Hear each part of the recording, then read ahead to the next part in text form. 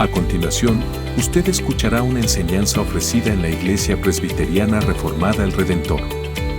Para mayor información, visite nuestro sitio web www.iglesiaelredentor.com. Hoy es un nuevo día, es una nueva semana y también es un nuevo año. Y recordamos que en todos los días experimentamos las nuevas misericordias de nuestro Dios. Cada semana nos congregamos para ser renovados en el pacto que Dios hizo con su pueblo. Y como sabemos y como escuchamos esta mañana también, con cada nuevo año tenemos la tendencia de establecer nuevas metas para el año. Queremos empezar de nuevo. Queremos empezar un año fresco, ¿no? Porque es un nuevo calendario. Entonces, en un sentido, con cada año buscamos reforma en nuestras propias vidas. Esta mañana vamos a volver al libro de Deuteronomio. Ya hemos cumplido el estudio del libro Pecados Respetables. También durante esa temporada de Adviento, de la Navidad, estudiamos ese tema del árbol escandaloso. Pero hoy, con el nuevo año, vamos a volver a nuestra serie en el libro de Deuteronomio. Y por eso es bueno, después de un descanso, un break breve, deberíamos recordarnos de cuál es el punto del libro de Deuteronomio, porque realmente ese libro puede ser muy abrumador. Normalmente cuando pensamos en algo que queremos leer de la Biblia, normalmente no vamos directamente al libro de Deuteronomio. Entonces, ¿qué vemos en este libro? En este libro hemos visto y vamos a seguir viendo la idea de que el libro de Deuteronomio es una colección de sermones, de prédicas de Moisés. Es decir, que él está predicando a la segunda generación de Israel porque ellos van a entrar a la tierra prometida. Ya la primera generación ya había muerto, entonces ahora Moisés está predicando, dejando sus últimas palabras, digamos, con la segunda generación, porque ellos van a entrar a la tierra prometida, pero Moisés no. Él va a morir, él va a ver la tierra prometida desde una distancia, pero él no la va a entrar. Entonces, para hacerlo, Moisés quiere que el pueblo de Israel, la segunda generación, fuera renovada en las cosas del Señor. Moisés quería que ellos fueran renovados en el pacto que Dios hizo primero con la primera generación y ahora con la segunda generación. Entonces Moisés está preparándolos para entrar, para recordarnos de las grandes maravillas de Dios, de todo lo que el Señor ha hecho en sus vidas.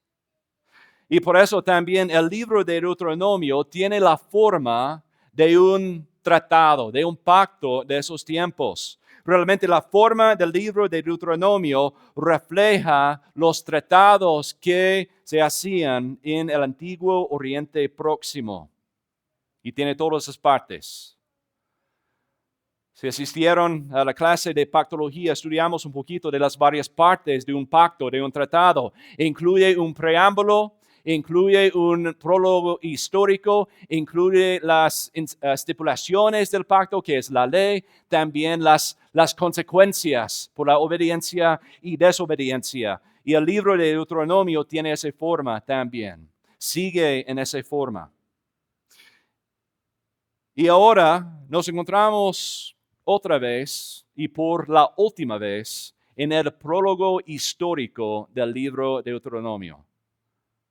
¿Cuál es el punto de un prólogo histórico? Para recordarnos, tiene dos metas, ¿no? La primera meta es fomentar el agradecimiento en el pueblo de Dios. El prólogo histórico cuenta de lo que el Señor había hecho para fomentar agradecimiento en el pueblo. Pero también la segunda meta es fomentar una nueva obediencia. Mirando a todo lo que el Señor ha hecho, nosotros deberíamos responder. Entonces, hoy llegamos a la última parte del prólogo histórico. Y en 8 días, o en 15 días realmente, con el favor de Dios, vamos a entrar a una nueva sección de este libro. Moisés nos va a presentarnos otra vez con la ley. Habiendo visto lo que el Señor había hecho, está preparándonos para escuchar la ley, las estipulaciones del pacto. Y es por esa razón que llegando también a la última parte de esta sección del prólogo histórico, es apropiado que lo estudiemos hoy, con un nuevo año. Porque es así con nosotros también. Al empezar un nuevo año queremos empezar bien, queremos empezar fresco. Y eso es lo que Moisés está haciendo con la segunda generación. Él quiere que ellos empezaran de nuevo, fresco, para entrar a la tierra prometida, en gratitud, en obediencia. Y eso debería ser nuestro propósito también, entrando en un nuevo año. Entonces Moisés quiere que Israel considerara quién es Dios primero, su carácter, quién es en su esencia, en su relación con nosotros. Pero también Él quiere mostrarnos y quiere mostrar a Israel lo que Dios había hecho en sus vidas también. Entonces eso es lo que queremos ver hoy en este pasaje. Porque en eso también deberíamos reconocer que la historia de Israel es nuestra historia también. No estamos leyendo de un pueblo aparte, de una nación distinta, sino estamos hablando de nuestra propia historia. Los eventos que encontramos, que hemos visto en estos capítulos en Deuteronomio, es nuestra historia, son nuestras raíces también. Entonces hoy vamos a ver en la conclusión de esta sección del libro de Deuteronomio que Moisés va a pintar un cuadro muy hermoso de quién es Dios y de lo que Él había hecho. Entonces, para ayudarnos a ver este hermoso cuadro en el texto, vamos a ver lo que podríamos decir que son 3 patas de un caballete. El cuadro está allí que Moisés está pensando, que la palabra está pintando, pero también podemos ver 3 patas que están sosteniendo el caballete. Y la primera pata, digamos, es esta. Vamos a ver preguntas de curiosidad. Y eso es lo que vemos en los versículos 32 hasta el 34. Y en esta parte, Moisés está utilizando preguntas retóricas. Es decir, que preguntas donde la respuesta es tan obvia, es tan sencilla, digamos, de que no merece una respuesta. La respuesta es obvia, ya está allí. No hay pregunta en cuanto a la respuesta a esas preguntas retóricas. Y si has seguido el plan de lectura de la iglesia que empezamos el año pasado, que dura 2 años, esta semana y la semana pasada también, nos encontramos en 2 libros. En el Antiguo Testamento estamos en el libro de Job. Y allí encontramos un montón de preguntas así. Casi la gran mayoría del libro de Job son preguntas retóricas. Ya sabemos las respuestas, pero son preguntas retóricas para recordarnos de algo. Son preguntas retóricas para que tú y yo nos hagamos las mismas preguntas y para que tú y yo reflexionemos en esas cosas. Eso es lo que vemos en el texto hoy en Deuteronomio 4. Pero también, si estás en ese plan de lectura, estás leyendo el libro de Romanos. Y en la semana pasada leemos Romanos 11. Y quiero leer esta parte de Romanos 11. Pablo dice allí, el apóstol Pablo dice en Romanos 11, empezando en el versículo 33, «Oh profundidad de las riquezas y de la sabiduría y del conocimiento de Dios, cuán insondables son juicios e inescrutables sus caminos. Pues, ¿quién ha conocido la mente del Señor? ¿O quién llegó a ser su consejero? ¿O quién le ha dado a él primero para que se le tenga que recompensar? Perdón. Porque de él, por él y para él son todas las cosas. A él sea la gloria para siempre. Amén. Y allí encontramos preguntas retóricas también. Y allí Pablo está citando ¿a quién? A Job en el Antiguo Testamento. Y es exactamente lo que Moisés está haciendo hoy en este pasaje, haciendo preguntas retóricas para que tú y yo reflexionemos en quién es Dios y en lo que Él ha hecho en nuestras vidas. Y por esa razón, como con Job y también con Pablo, debería producir y fomentar doxología. Debería fomentar la adoración a Dios. Eso es el propósito de Moisés en este texto. Y encontramos que a través de esas preguntas nos lleva a una búsqueda.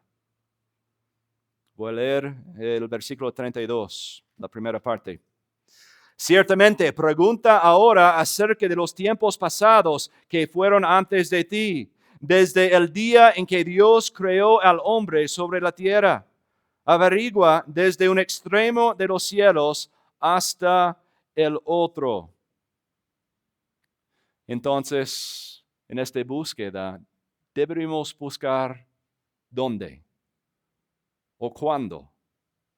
Porque encontramos esos dos aspectos en esta búsqueda, ¿no? Moisés está diciendo que deberíamos mirar en todos los lugares, en todo el universo. Porque todo pertenece a Dios. Él es el creador de todo.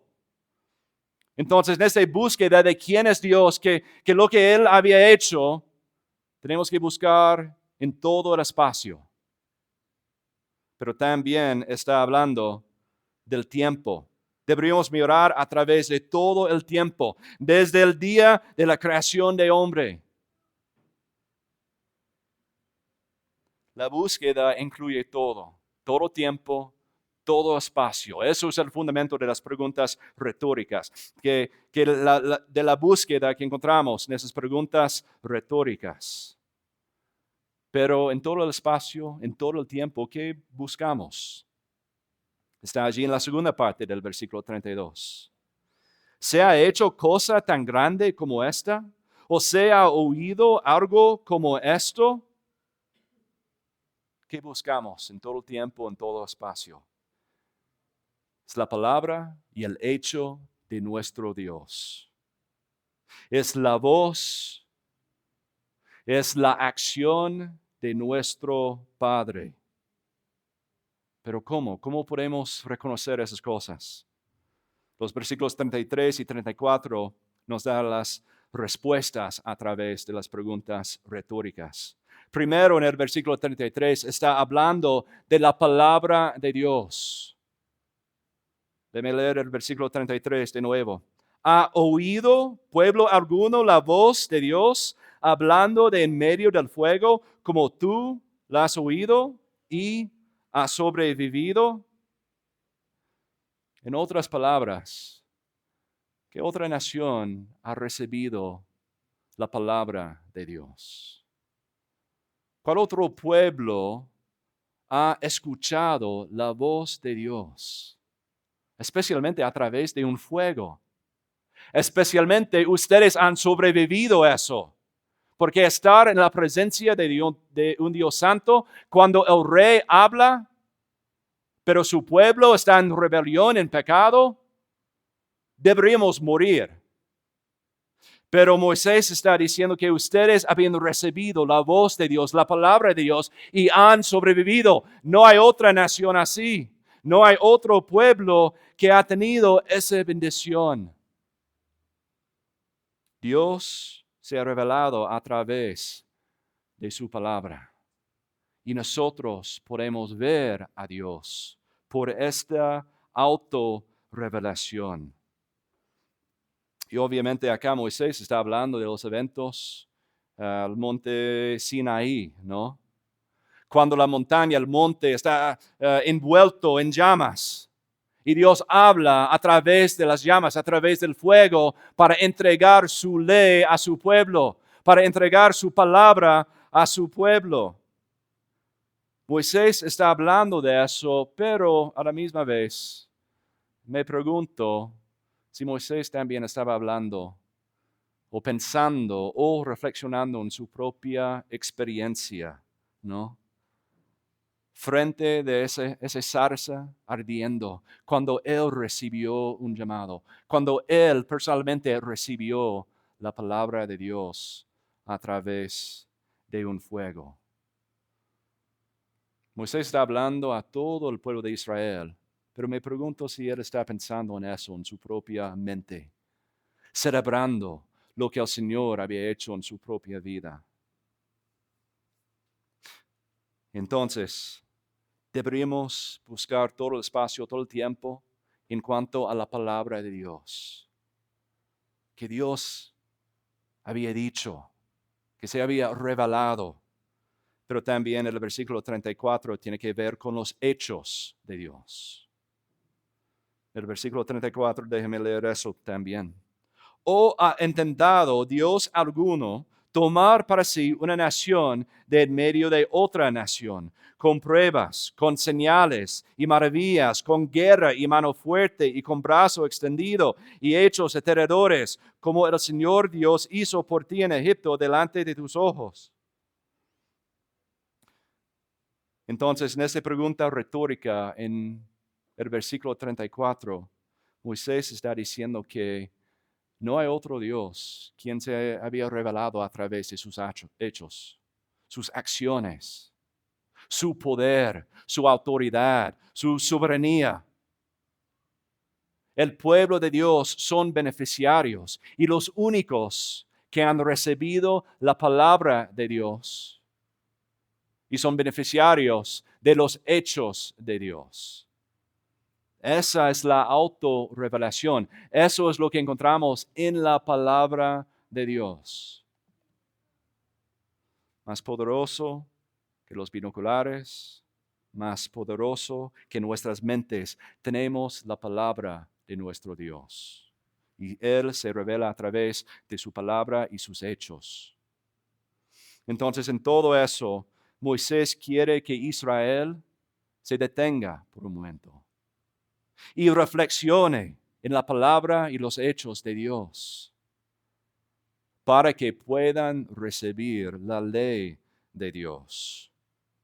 Deberían mirar a través del todo espacio, deberían mirar a través de todo tiempo, desde el primer día de la creación, y ver, ¿hay otro Dios como nuestro Señor? Y la respuesta es obvia, que no. No hay otro como nuestro Señor, como Yahvé, quien hizo un pacto con su pueblo. Entonces, entrando a un nuevo año, es una pregunta para nosotros. ¿Cómo has visto la obra de Dios en tu vida? ¿Cómo has visto la obra de tu palabra en tu vida? El poder, la soberanía, la majestad de nuestro Dios.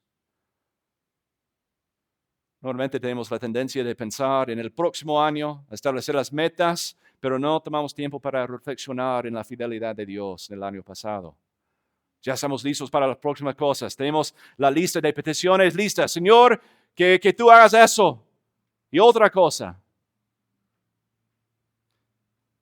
Pero en eso podemos ver que antes de recibir la ley de Dios, deberíamos reflexionar en la gracia que ya hemos recibido.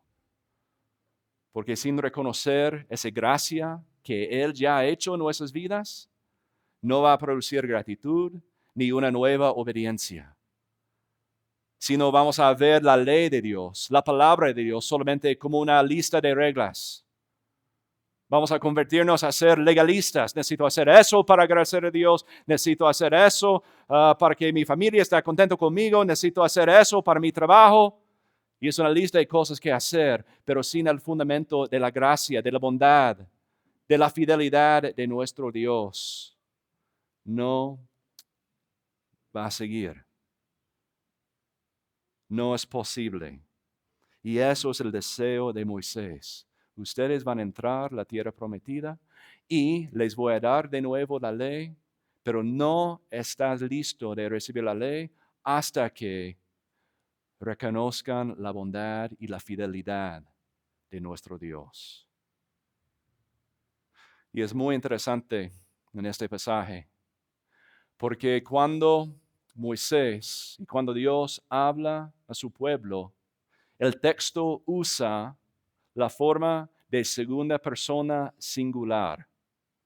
Tú, ti, palabras así. ¿Por qué está haciendo eso? Porque en eso Moisés y la palabra de Dios nos muestra que Dios dirige a su pueblo. Él obra con su pueblo como un pueblo, no simplemente como individuos, no simplemente como personas separadas, cada persona con su propia relación con el Señor, pero Él nos habla como un pueblo, como una iglesia.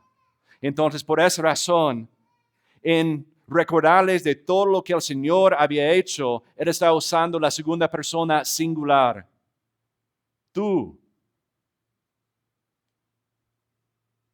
Y esas preguntas de curiosidad, esas preguntas retóricas nos llevan al segundo punto esta mañana. Encontramos palabras de confianza. Son las respuestas, digamos, a esas preguntas de curiosidad en la primera parte. Y esta es la segunda pata del caballete. Y es interesante porque en esta sección termina como comienza. Es decir, que esta sección responde a la pregunta, ¿para qué? ¿Para qué Dios se había revelado a través de su palabra y a través de sus hechos? Y la respuesta es así. Para que supieras, segunda persona singular otra vez, para que supieras que Yahvé es Dios y no hay otro. El versículo 35 dice eso, el versículo 39 también dice lo mismo. Eso es el marco, digamos, de este gran cuadro de quién es Dios, de lo que Él había hecho. Y en medio de eso, en medio de ese marco, de que supiéramos que Dios es el único Dios, que el Señor es el único Dios, encontramos mucha teología, doctrina muy profunda en esta parte. Hay que recordar que ellos no tenían libros de teología sistemática para examinar los atributos de Dios. Ellos escucharon las palabras de Moisés.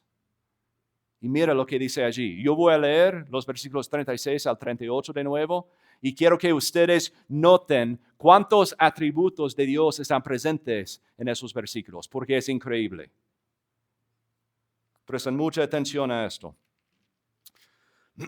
Desde los cielos el Señor te hizo oír su voz para disciplinarte, y sobre la tierra te hizo ver su gran fuego, y oíste sus palabras en medio del fuego, porque Él amó a tus padres. Por eso escogió a su descendencia después de ellos, y personalmente te sacó de Egipto con su gran poder, expulsando delante de ti naciones más grandes y más poderosas que tú, para hacerte entrar y darte la tierra de ellos por heredad, como sucede hoy. Por tanto, reconoce hoy y reflexiona en tu corazón que el Señor es Dios, arriba en los cielos y abajo en la tierra, y no hay otro. Realmente podríamos pasar muchas horas estudiando cuántos atributos están aquí. Podríamos explorar la profundidad de cada atributo de Dios, de cada característica de Dios que está allí. Solamente yo voy a mencionar algunos de esos atributos. Primero, encontramos que nuestro Señor es un Dios amoroso, misericordioso y bondadoso. Dice allí que Él amó a su pueblo. Él los adoptó, Él los eligió a pesar de su rebelión, a pesar de su pecado contra Él. Dios les mostró su amor. Amor, misericordia, bondad. Son atributos de Dios. Segundo, encontramos que Dios, nuestro Señor, es justo. Él juzga a las naciones. Él expulsó a las naciones de la tierra prometida. Pero también Él sacó a Israel de Egipto para salvarlos, mostrándoles a los egipcios su gran poder, su juicio contra ellos. Porque cada plaga, cada hecho de Dios era un juicio contra Egipto. Juicio contra ellos, pero la salvación de Israel a la misma vez. Dios es justo, pero también allí encontramos un Dios soberano y todopoderoso. Él escogió a su pueblo. Tú y yo no tenemos ese poder. No podemos escoger a nuestro pueblo. No podemos hacer nada porque eso no es nuestro reino, sino es el reino de Dios. Y Él hace lo que quiere hacer. Él escoge a quien quiere escoger, porque Él es el único soberano. Y Él habló por medio de un fuego. Creo que yo puedo asumir que ustedes no pueden hacerlo. Creo que tengo la razón en eso. Entonces, todo lo que el Señor hace nos muestra su gran poder. Es un Dios soberano y todopoderoso. Y el último atributo que quiero mencionar en ese texto, y por supuesto hay mucho más allí, es que tenemos un Dios, un Señor omnipresente. Dios habla desde el cielo y a la misma vez está hablando en la tierra a través del fuego. Es porque Dios es omnipresente. Es porque Dios es el rey de todo el universo, de todo su reino. Entonces nos muestra que tenemos un Dios trascendental, que no podemos entender totalmente, no podemos imaginarnos totalmente quién es Dios. Él es trascendental. Solo sabemos y solo lo conocemos por medio de lo que Él nos había revelado, pero a la misma vez es un Dios presente con su pueblo. No es un Dios ausente. Esos atributos reflejan quién es Dios y qué hace para nosotros, su pueblo, de lo que Él hace para su reino. Y todo eso se revela a través de su palabra y sus hechos. En nuestra confesión de fe, la confesión de Westminster, encontramos esa palabra de la condescendencia voluntaria de nuestro Dios. Y, hermanos, iglesia, eso es una parte del Evangelio para nosotros.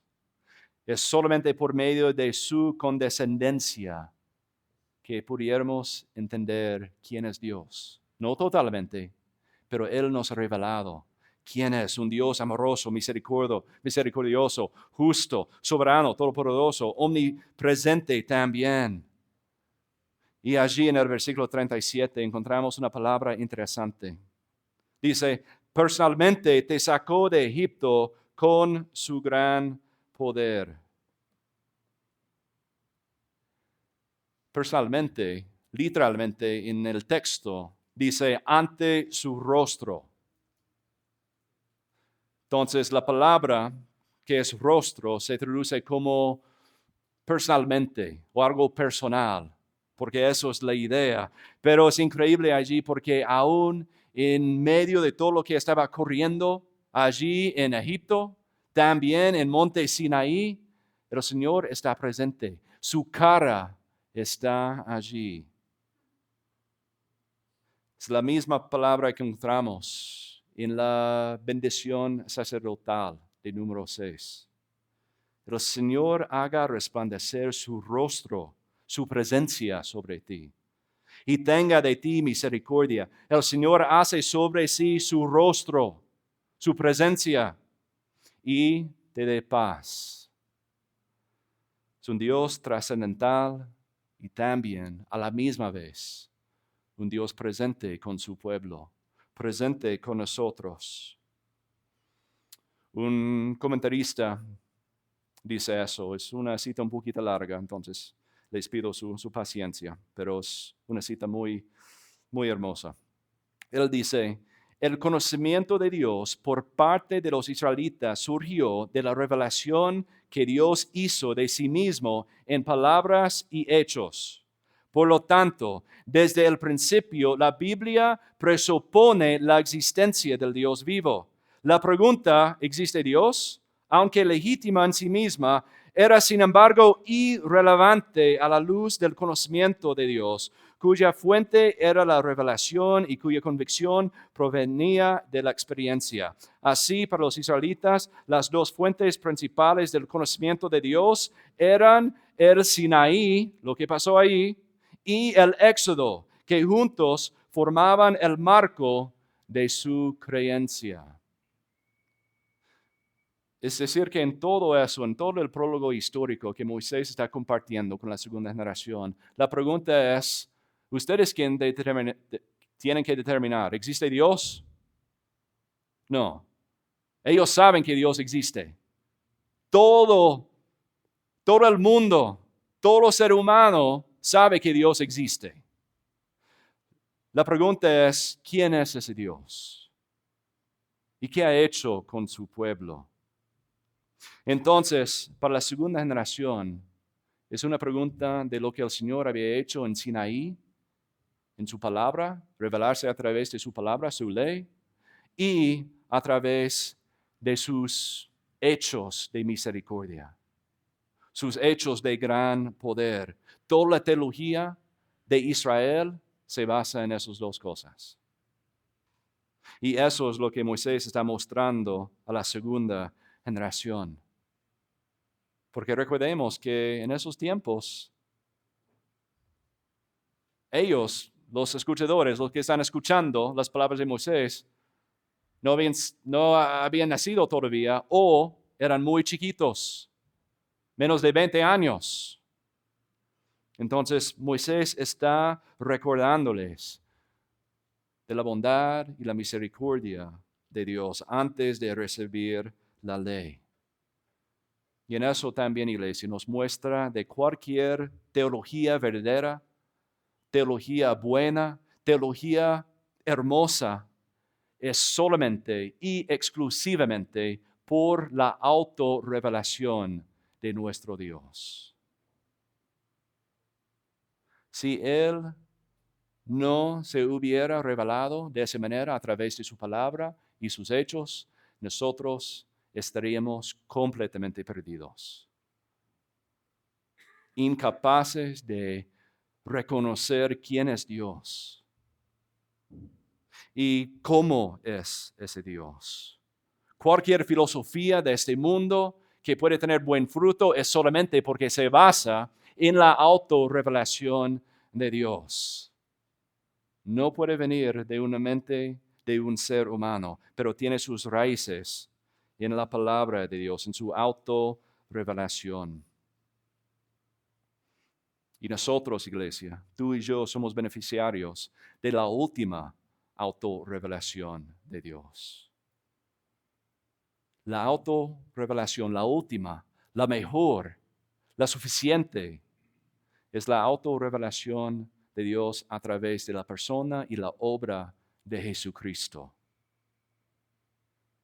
Para Israel, los eventos de Sinaí, de recibir la palabra, la ley, y los eventos del Éxodo para ellos era el fundamento de su teología, de su creencia, de su esperanza. Y para nosotros la persona y la obra de Cristo es la única esperanza que nosotros tenemos. Nosotros tenemos la plenitud de lo que Israel quería ver. Somos beneficiarios de eso, hermanos. Pero en muchos casos no aprovechamos ese beneficio. no aprovechamos esa bendición ni esa ventaja que tenemos. Cuando Cristo hablaba, Él hablaba como no cualquier persona. Él hablaba con autoridad, con poder. Esos fueron los comentarios de los otros, ¿no? Mira esa persona. Está hablando diferente que los fariseos. Él habla con poder, con autoridad. Él tiene las palabras de vida eterna. Y cuando ellos escucharon a Cristo, cuando ellos recibieron la palabra de Jesús, sus corazones ardían. ¿Ya? Eso fue el comentario de los discípulos en el camino, ¿no? Escucharon la palabra de Jesús sin conocer o sin saber que era Jesús, pero en sus cuerpos, sus corazones ardían. Dios, la palabra de Dios, encarnado, es Cristo Jesús. Pero también lo vemos en los hechos de Cristo también. ¿Quién es como nuestro Dios? Que se hizo hombre. Qué milagro, qué maravilla, qué poder y autoridad. Que Dios puede hacerse hombre para la salvación de nosotros. No solamente eso, pero también Dios habita dentro de nosotros. Qué gran milagro del Espíritu Santo. Pero esa palabra encarnada también hizo cosas increíbles. Vivió la vida perfecta. Él obedeció perfectamente el pacto, la ley de Dios. Él murió en la cruz en nuestro lugar. También Él nos mostró que Él tiene poder y autoridad aún sobre el pecado y la muerte, porque Él resucitó en el tercer día y ascendió a la diestra del Padre. ¿Quién es como nuestro Señor Jesucristo? Él es Yahvé, el Mesías prometido. Hermanos, no hay otro como Él y deberíamos reflexionar en esas cosas, porque son mensajes que hemos escuchado muchas veces, pero ¿tiene afecto en el corazón? La encarnación de Dios. Ok, bueno. Él murió en mi lugar. Él recibió el castigo que yo merezco. Él resucitó y ascendió a los cielos. Bueno, está bien. Y seguimos normal. Para la segunda generación de Israel y para nosotros, tenemos que recordar quién es Dios y lo que Él había hecho para nuestra salvación.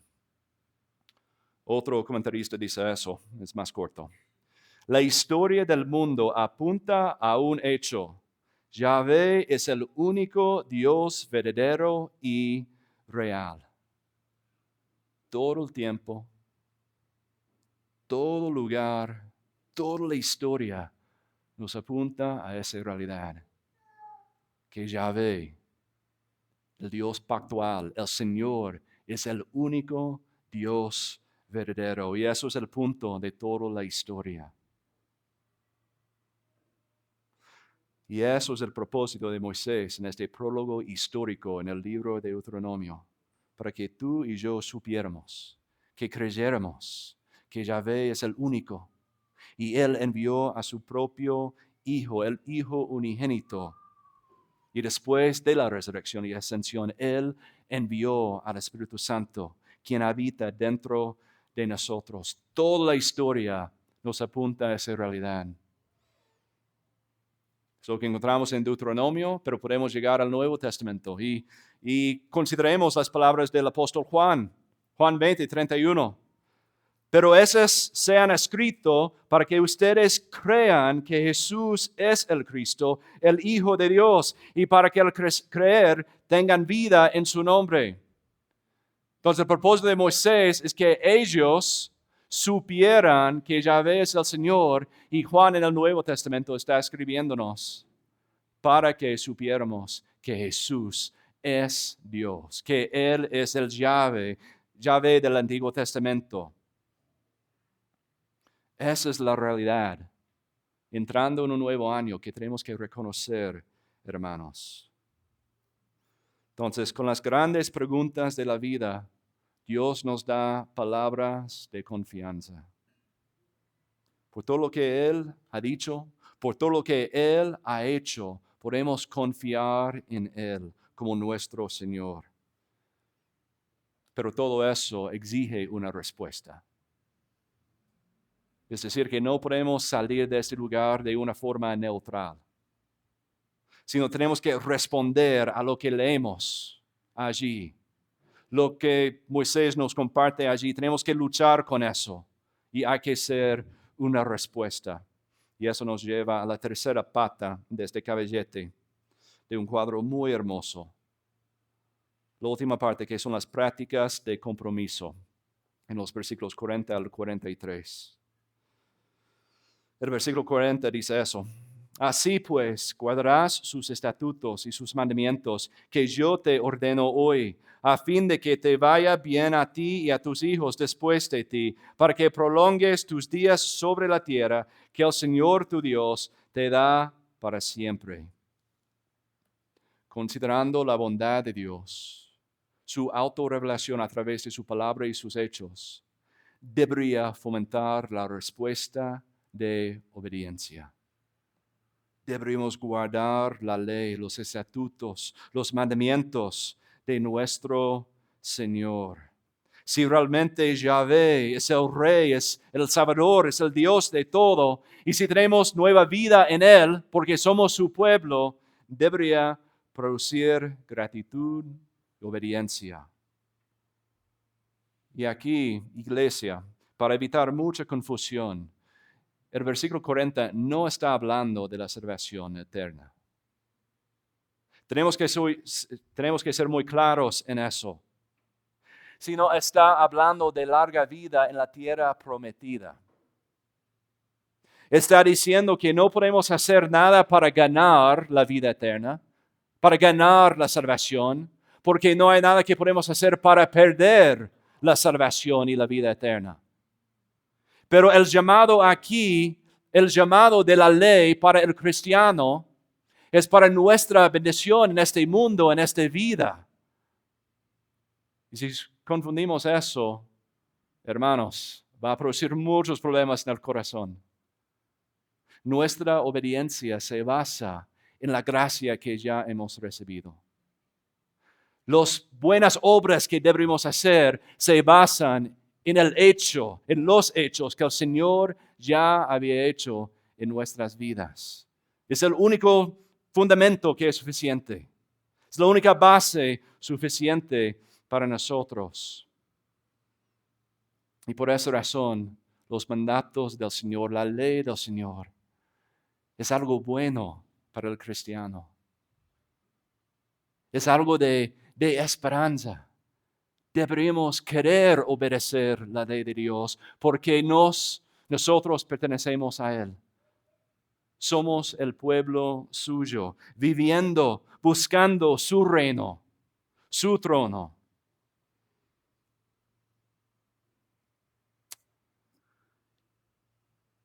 Entonces, en esta sección, llegamos a la conclusión del prólogo histórico, pero no termina allí con una nueva obediencia en cuanto a los estatutos y la ley de Dios. Pero esta sección termina en una manera un poquito extraña, ¿no? Me imagino que han notado durante la lectura que esta sección, el pasaje que hemos leído, termina hablando de las ciudades de refugio. ¿Qué tiene que ver con el prólogo histórico? ¿Qué tiene que ver con lo que encontramos en el texto? ¿Qué es el punto de eso? Bueno, vamos a estudiar esa idea más en Deuteronomio 19, porque vamos a ver más detalles de esa ley, de ese mandato allí. Pero por ahora yo quiero responder a la pregunta, ¿por qué está aquí en esta sección? Es al final del prólogo histórico, y es inmediatamente antes de escuchar de nuevo la ley de Dios, los 10 mandamientos, las 10 palabras. ¿Por qué está allí? Bueno, esta sección, primero es importante que reconozcamos que se refiere a Números 35. En Números 35, Moisés recibió la ley de Dios de que él debería establecer 6 ciudades de refugio. 3 dentro de la tierra prometida, pero también 3 por el otro lado del Jordán, afuera de la tierra prometida, donde ellos están en este momento, antes de entrar a la tierra prometida. Moisés está predicando de esa área, de esa zona, más allá del Jordán, del río Jordán. Entonces, ¿por qué encontramos esta sección aquí, esos versículos hablando de las ciudades de refugio? Porque ese mandamiento, esa ley, era para la bendición de Israel. Entonces yo diría 2 cosas. Primero, Moisés está preparando a Israel a entrar a la tierra prometida. Es decir, que el llamado es que Israel, has escuchado de nuevo la palabra de Dios, de lo que Él había hecho y ahora van a entrar a la tierra prometida. Y eso requiere obediencia para una vida larga en la tierra prometida. Entonces tenemos que obedecer ahora mismo. No podemos esperar. No es que podemos pensar, yo voy a dedicarme a las cosas de Dios cuando llegue ese momento. Cuando cumpla todo, yo voy a dedicarme a las cosas de Dios. Yo voy a buscar su reino en ese momento, pero por ahora tengo otras cosas. Entonces, Señor, gracias, pero me espero un poquito. No, Moisés está diciendo que ahora mismo tenemos que empezar en la obediencia antes de entrar a la tierra prometida. Entonces, Moisés, con integridad, está estableciendo las 3 ciudades de refugio afuera de la tierra prometida. Está mostrándoles un ejemplo de la obediencia. Esa es la primera cosa. La segunda cosa, la segunda razón es porque Moisés también, en establecer esas 3 ciudades de refugio, está mostrándonos la realidad del pecado. Es decir, que Israel va a entrar en la tierra prometida, pero ellos van a llevar su pecado con ellos. No van a dejar su pecado a las puertas, al río Jordán, sino el pecado va a seguir con ellos. Ellos van a seguir viviendo en un mundo caído, en un mundo quebrantado, en un mundo que ha transgredido la ley de Dios. Y en eso, la enseñanza allí es recordarles a ellos y recordarnos a nosotros que este mundo, incluso la tierra prometida, no es el nuevo cielo, no es la nueva tierra. El pecado sigue con nosotros. Tú y yo seguimos viviendo en un mundo caído, quebrantado, marcado por el pecado. Y una ciudad de refugio era para Israel una provisión de la gracia de Dios. Una provisión de la gracia de Dios por el pecado más grave que un ser humano puede cometer a otro ser humano. Eso es interesante, ¿no? Porque tú y yo merecemos la muerte por nuestro pecado contra Dios. Es el castigo justo, es la maldición justa, la muerte, porque hemos ofendido, hemos transgredido la ley de Dios. Pero acá esas ciudades de refugio son para los que habían matado a otra persona, que sea por accidente o con intencionalidad. Allí es la provisión del Señor por el pecado más grave que nosotros podemos cometer contra otra persona. Hay un montón de maneras en las que podemos pecar contra otros, ofender a otros, dañar a otros. Pero el homicidio es lo más grave. Entonces, este texto está allí para mostrarnos esas realidades y mostrar que al entrar a la tierra prometida, y también para tú y yo viviendo en este mundo quebrantado, que no solamente la muerte nos sigue, que no solamente el pecado nos sigue, sino también la gracia de Dios nos sigue. Siempre Dios, su cara está presente con nosotros en este mundo. Entonces, este texto, esta porción es para mostrarnos de esa relación vertical que tenemos con Dios. Hemos visto todo lo que el Señor había hecho, de todo lo que el Señor había dicho, en nuestra relación vertical entre Él y nosotros como su pueblo, pero también esta parte termina hablando de esas relaciones verticales, de que nosotros vamos a necesitar la gracia de Dios en estas relaciones también, porque vamos a pecar contra nuestros hermanos en Cristo. Vamos a pecar contra nuestro prójimo que no conoce al Señor incluso. Pero la gracia de Dios nos sigue en eso. Y esta sección es una marca de esa provisión. Es una señal de esa provisión de gracia. La gracia del Señor sigue con nosotros, hermanos, en este mundo, en esta vida y en este año nuevo. Entonces, para concluir en este pasaje, hemos visto el prólogo histórico. Hemos llegado al final del prólogo histórico de Deuteronomio y en todo eso el punto es este. El Señor es el único Dios y Él siempre es fiel. Y como su pueblo, Él nos ha revelado a través de su palabra, a través de sus hechos. Una palabra que podemos examinar en la Biblia, en las Escrituras, y hechos que podemos experimentar en eso también, pero en nuestras propias vidas. Todos somos testigos de la gracia de Dios en nuestras vidas también. Su misericordia no nos falla. Dios, el Señor, nunca, jamás nos abandona. Hemos visto su bondad por palabra y hecho. Y ahora tenemos la misma pregunta como el pueblo de Israel. ¿Vamos a responder con gratitud, con obediencia? ¿O vamos a seguir nuestros propios caminos, buscando nuestros propios reinos? En la próxima prédica en esta serie vamos a entrar una nueva porción de Deuteronomio, y realmente es la mayoría. Vamos a estar hablando de la ley de Dios.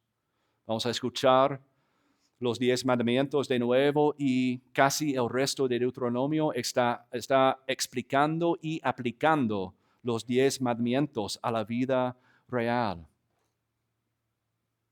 Pero el llamado que tenemos hoy es contemplar las cosas del Señor, porque solamente en eso podemos estar listos para recibir la ley, para recibir los mandamientos, los estatutos de nuestro Dios.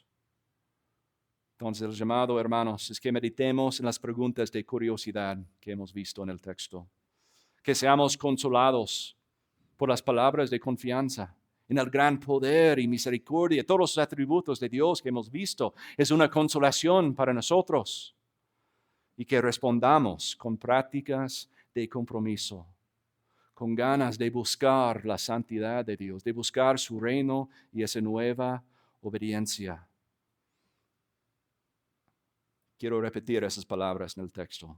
Por tanto, reconoce hoy y reflexiona en tu corazón que el Señor es Dios arriba en los cielos y abajo en la tierra. No hay otro. Se seca la hierba, se marchita la flor, pero la palabra de Dios permanece para siempre. Para mayor información, visite nuestro sitio web www.iglesiaelredentor.com.